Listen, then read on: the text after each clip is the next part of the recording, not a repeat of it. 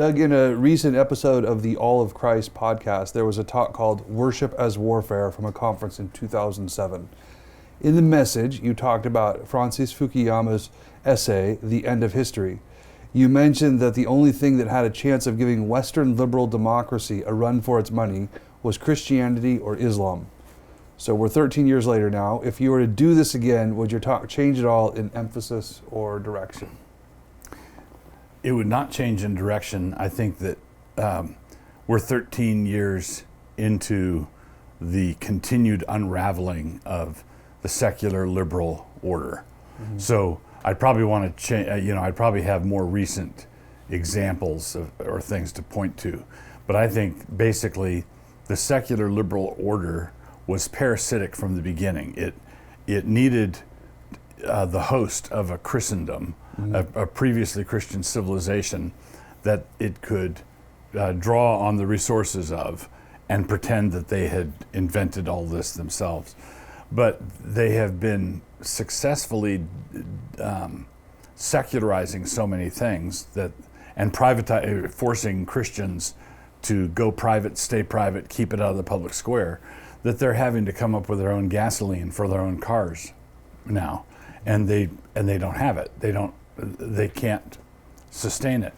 And the Muslims, radical Muslims, wake up in the morning knowing exactly what they think, exactly what they believe.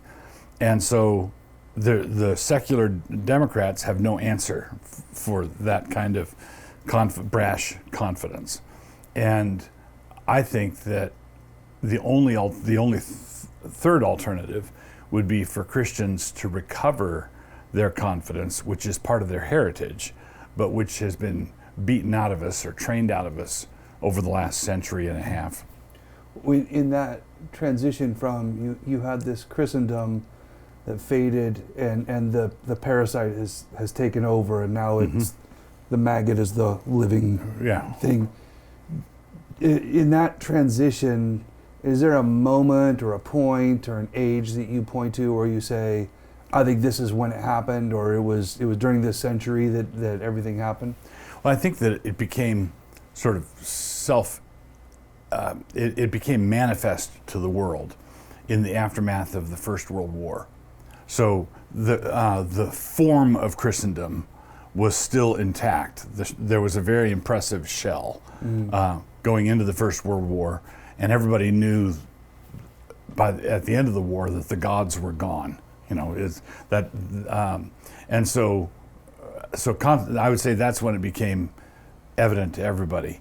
I would point to other earlier mile markers, the Enlightenment, Darwin's Origin of Species. There were certain things that got placed, mm-hmm. So they were sort of like time bombs that were placed earlier, mm-hmm. But people sort of accommodated and did a workaround. So Darwin lived his life basically in a largely Christian order, mm-hmm.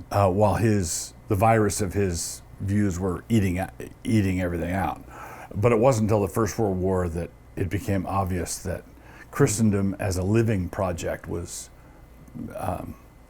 not viable anymore. Thanks.